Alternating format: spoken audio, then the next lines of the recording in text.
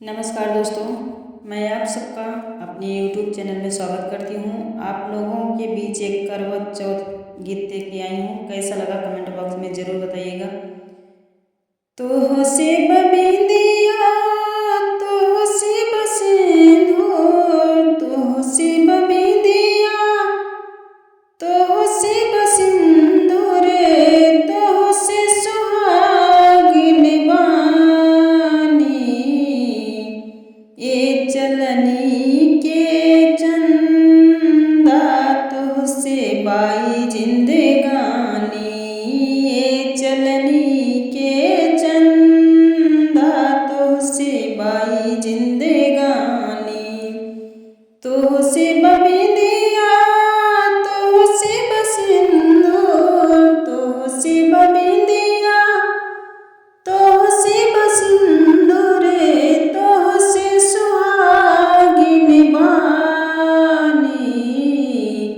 ये चलनी के चंदा तो से बाई जिंदगानी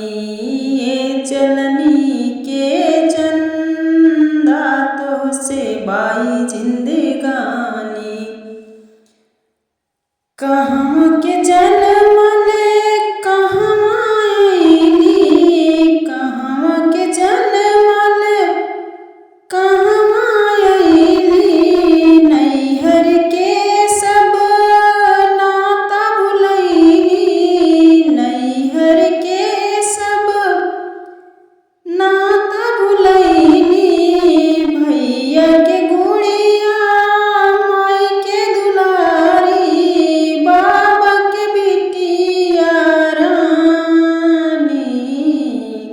ये चलनी के चंदा तो से बाई जिंदगानी ये चलनी के चंदा तो से बाई जिंदगानी ब्याही के पियावा घर में अइली ब्याही के पियावा घर में अइली दोनों कुल के मान बढ़ैली दोनों कुल के मान बढ़ैली डोली में अइली अरथी में जाइब डोली में अइली अरथी में जाइब किरिया उठावत बानी ये चलनी के चंदा तो से बाई जिंदगानी ये चलनी के चंदा तो से बाई जिंदगानी तो से बबिंदिया तो से बसिंदूर तो से बबिंदिया तो से बसिंदूर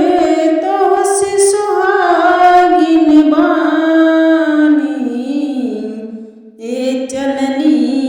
के चंदा तो से बाई जिंदगानी ये चलनी के